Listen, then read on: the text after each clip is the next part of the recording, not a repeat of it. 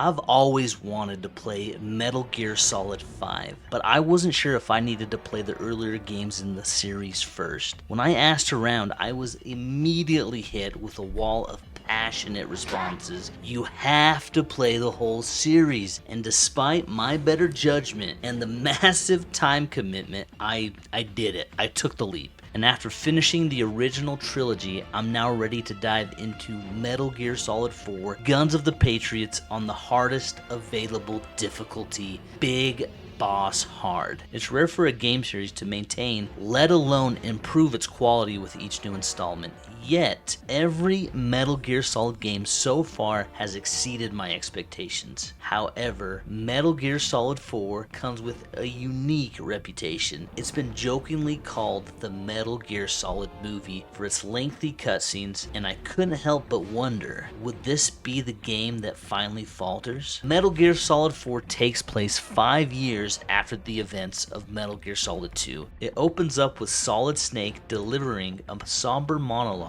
reflecting on war, aging, and mortality. Snake explains how war has evolved. Soldiers, weapons, and gear are now ID tagged and controlled by nanomachines. These nanomachines regulate emotions, enhance combat abilities, and create a battlefield where everything, down to the soldier's thinking, is monitored and manipulated. Snake concludes his monologue by stating that this system has turned war into a routine. This eerie commentary sets the tone for the game's story, and as the opening gameplay begins, we're thrown into a chaotic Middle Eastern battlefield, fighting alongside local militia against PMCs, private military companies. Unlike state-controlled armies, PMCs operate for profit, employing soldiers enhanced with nanomachines and linked to the SOP Sons of the Patriots system. These soldiers fight with unparalleled coordination and efficiency, but their actions are entirely controlled by the AI controlling the battlefield. The battle is then interrupted by a haunting sound, an otherworldly mooing. Yes, that's right, a mooing. And moments later, massive biomechanical machines called geckos leap into the scene, effortlessly wiping out the militia. Snake's new sneaking suit comes into play here, featuring an octocamo system that automatically blends into the environment. Using this, I was able to outmaneuver the geckos and escape. The game then transitions to a flashback set 3 days earlier. Snake, now visibly aged due to a condition called rapid aging syndrome, is visiting a graveyard. And here, Otacon arrives in a helicopter and informs Snake that they have a lead on Liquid Ocelot's whereabouts. This dude is still around? Oh my goodness. Alright, Campbell, who was revealed as an AI in Metal Gear Solid 2, also makes an appearance, and despite the twist from the previous game, Campbell is very much alive and real, offering Snake a mission to eliminate Liquid in the Middle East. Snake accepts, and the story jumps back to the present battlefield where the gameplay resumes. Within minutes, it's clear that Metal Gear Solid 4, for me, boosts the most refined gameplay in the series. The over-the-shoulder aiming system is a welcome addition. I love it, making gunplay in third person much more fluid. For players who prefer the classic Metal Gear feel, the option to switch to first person aiming remains. However, the controls, in my opinion, aren't perfect. I'll admit, the R1 and L1 setup for aiming and firing still takes me a while to get used to, but the improvements in movement, aiming, and sneaking mechanics far outweigh this minor gripe that I have. One standout feature is the updated Octocamo system, which automatically adapts to the environment. While I did appreciate the strategic depth of manually selecting camo in Metal Gear Solid 3, this streamlined system makes sneaking far more intuitive. Otacon then contacts Snake via the Mark II, a small robotic companion that scouts areas, gathers intel, and even delivers supplies. Equipped with my favorite and most trusted tranquilizer gun, I begin sneaking through the PMC occupied zone. Playing on Big Boss Hard made this a challenging but rewarding experience. It forced me to think strategically, adapt quickly, and embrace the series' mantra of working smarter, not harder. One of Metal Gear Solid 4's most exciting innovations is the ability to fight alongside the local militia. Helping them in battle earns their trust, leading to rewards like supplies and backup. This dynamic creates a sense of immersion and adds a new layer of strategy as you can choose to support or avoid these factions. The narrative then quickly takes a turn when Snake meets up with Drebin, an arms dealer accompanied by a soda-drinking monkey. That's right, ladies and gentlemen, a soda-drinking monkey. Drebin explains that most weapons are ID locked and unusable by Snake, but he offers to unlock them in exchange for supplies. After injecting Snake with a substance that bypasses the locks, Drebin becomes an integral resource for upgrading and customizing gear throughout the game. As the mission progresses, Snake encounters Meryl. Wait a minute, Meryl is back. She is now the leader of Rat Patrol Team 1. Meryl explains her strained relationship with Colonel Campbell, her father, who remarried a woman Meryl's age and now has a child. She's understandably not thrilled about this, but before we can process all this, we're attacked by the Frogs, which are a group of elite female soldiers who serve Liquid. The fight sequence is incredible, intense, and chaotic. I love it. I'm loving this Metal Gear Solid game so far. And depending on your performance, Meryl either compliments or criticizes your skill. A nice little touch to the game that makes these games unique. And during this encounter, we learn even more about the SOP, Sons of the Patriots system, which controls soldiers through nanomachines. The nanomachines regulate everything from their physical abilities to suppressing emotions. If a soldier tries to go rogue, the system can disable their weapons. This system is controlled by an AI in the US, and Meryl's team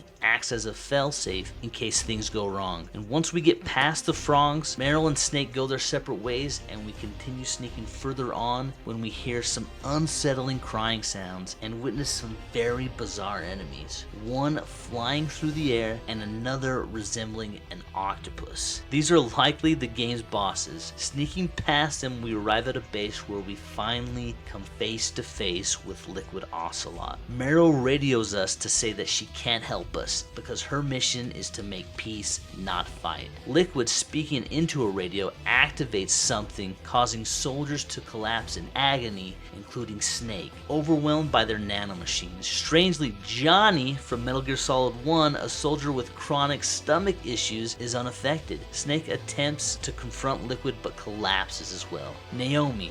Wait, Naomi's back? What the? Okay, alright, I guess Naomi's back. Naomi, who is now working with Liquid, appears, injects herself with something, and tells Snake to fulfill his destiny. Liquid then escapes with Naomi, and Johnny helps Snake recover. I am still confused as to why Naomi is working with Liquid Ocelot. What is going on? Act 1 ends with Snake and Otacon aboard a plane with Sunny, a little girl who is making some eggs. Sunny is Olga's daughter from Metal Gear Solid 2 and has been under Otacon's care. We learn that Naomi has sent a message claiming she needs help escaping Liquid. Does she now? This sets up the beginning of Act 2, where we're dropped into a South American village and tasked with sneaking through it. Along the way, we encounter Laughing Octopus and Vamp, which is a very unsettling reunion. Vamp, as usual, is doing his creepy knife-licking routine, while Laughing Octopus uses Octocamo to disguise herself, even taking on Snake's face at one point. Later, Snake receives a call from Campbell, who introduces us to a psychological counselor, Rosemary. Wait, what?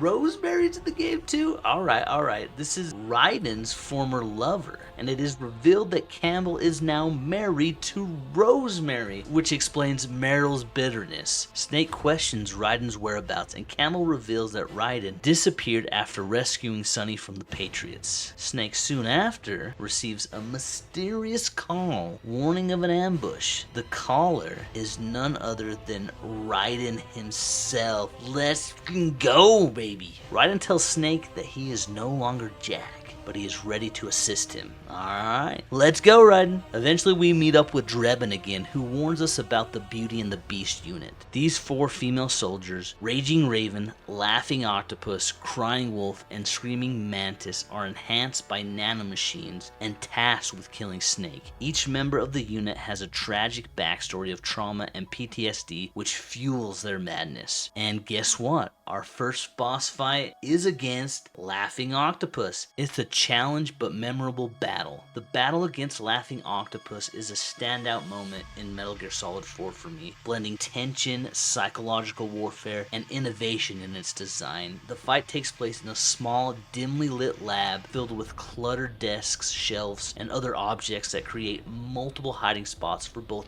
you and Laughing Octopus. The confined, eerie environment immediately sets the tone, emphasizing that you need to use stealth and awareness over just brute force with her. At the start, Laughing Octopus uses her octocamo to blend into the environment. She can disguise herself as objects in the room, such as a table, a box, or even a medical dummy, making every piece of furniture a potential threat. The unsettling part is how convincingly she mimics these objects, often remaining completely still until she's ready to ambush you. For instance, you might walk past what looks like an ordinary piece of equipment, only for her to spring to life and attack you with her mechanical tentacles. Her attacks are both varied and relentless. She uses her tentacles to strike you directly, hurl objects from a distance, and even launch herself at you for devastating melee assaults. One of the most memorable moments comes when she takes on the appearance of Naomi. This adds a psychological layer to the fight, and for a brief moment you're tricked into thinking the battle has paused for a cutscene or a narrative twist, but when she laughs and attacks, you realize it's yet another one of her disguises, reinforcing the theme of deception that defines her character. Another striking aspect of the fight is her chilling laugh, which echoes throughout the room. It's not just a simple sound effect, it feels alive, taunting and heightening the tension as you search for her. The laugh plays into her tragic backstory as she uses humor as a twisting coping mechanism for her trauma. Each time you damage her, she cackles louder, almost as if mocking her own pain and yours. The fight is also a test of resourcefulness. You can approach it in different ways, using your octocamo to blend into the environment and gain the upper hand, or relying on weapons like the silenced tranquilizer gun, which I did. I went for the non-lethal approach. The room's layout encourages creativity with tight corners and scattered cover, allowing for a mix of stealth and direct engagement. Now, once you've dealt enough damage, the battle transitions to its final phase. Laughing Octopus drops her disguise entirely, revealing her true form as she becomes more aggressive. Her mechanical tentacles move with alarming speed, and her attacks become harder to avoid. This second phase was an Achilles heel for me. Let's just say